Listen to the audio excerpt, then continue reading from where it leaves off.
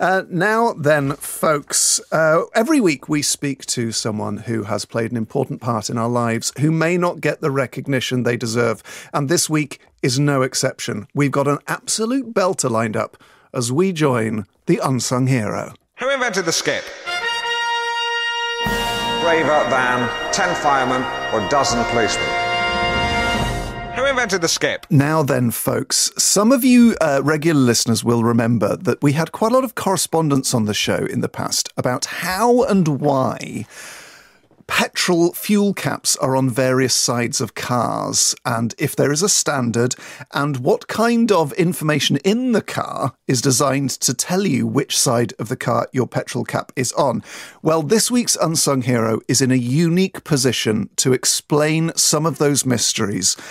Jim Moylan is on the line. Hello, Jim. Well, good morning. It's nice to hear from you. It's lovely to speak to you, Jim. Could you begin to address the mystery of what side of the car your petrol cap is on, why it is on a particular side, and how you can find out what side it's on? Well, you can always check my little arrow on near the fuel fill gauge. I came up with the idea in 1986. The fuel tank located on cars and trucks is usually in the center and forward of the rear axle, but the fill pipe goes out either side of the car body, depending on its the chassis packaging. So sometimes it's on the driver's side, sometimes the passengers, of course. Well, it occurred to me years and years ago that pulling into the gas pumps, you always had to remember where it was, or you'd get out and move it. So I came up with this idea to put a tiny little arrow near the fuel fill gauge to tell the driver. And this became known as the Moylan Arrow, didn't it, after you? Well, I was an engineer at Ford, and they adopted it in the 1989 Escort Tracer were the very first models that had it. And my family ended up calling it that, and telling different friends. But it only leaked out slowly that that's what it was there for. They didn't mention it in any owner's manual, but people found out slowly but surely. And then it spread through other car lines because I didn't think to patent it. I didn't think it was technical enough, but I am kicking myself now. So you've given the Moylan Arrow to car manufacturers all over the world? I didn't realize it was going to spread that far, but other competitive models picked it up. Now it's on cars and trucks pretty much everywhere. There were various versions of it all along. Some of them even had words. But right now it's just a small delta that either points left or the right. So you've provided us with the original letter that you sent to Ford when you were working there as an engineer in 1986. Right. So we're coming up to the 35th anniversary of the Moylan Arrow. It wasn't implemented until 1989.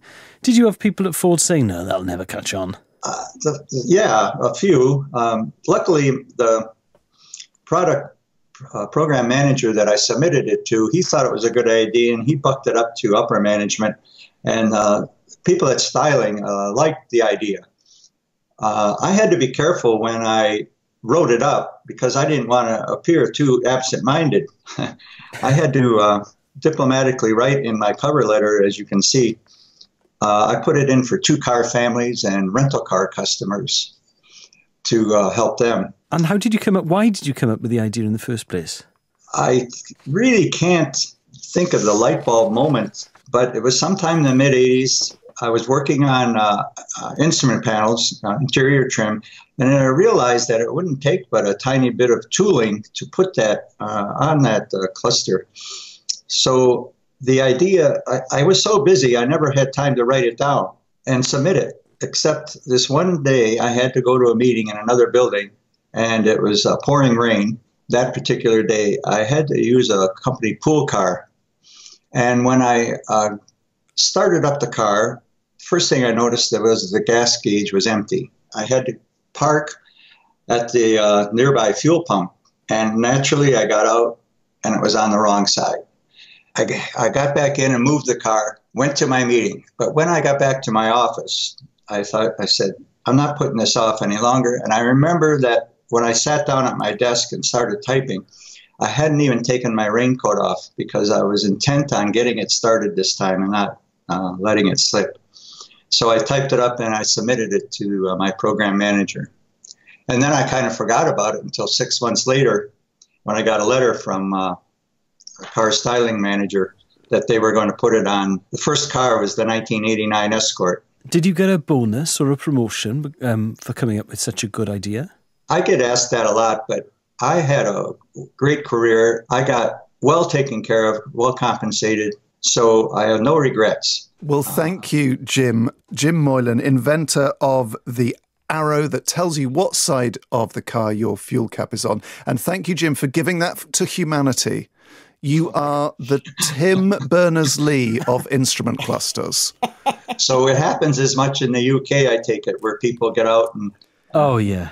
Yes, but unfortunately the inventor of the extra long fuel hose has kind of taken things a step further. But thank you so much for giving us your time today, Jim, and thank you for your contribution. You're welcome, and enjoy. Who invented the skip? Braver than 10 firemen or dozen policemen. Who invented the skip?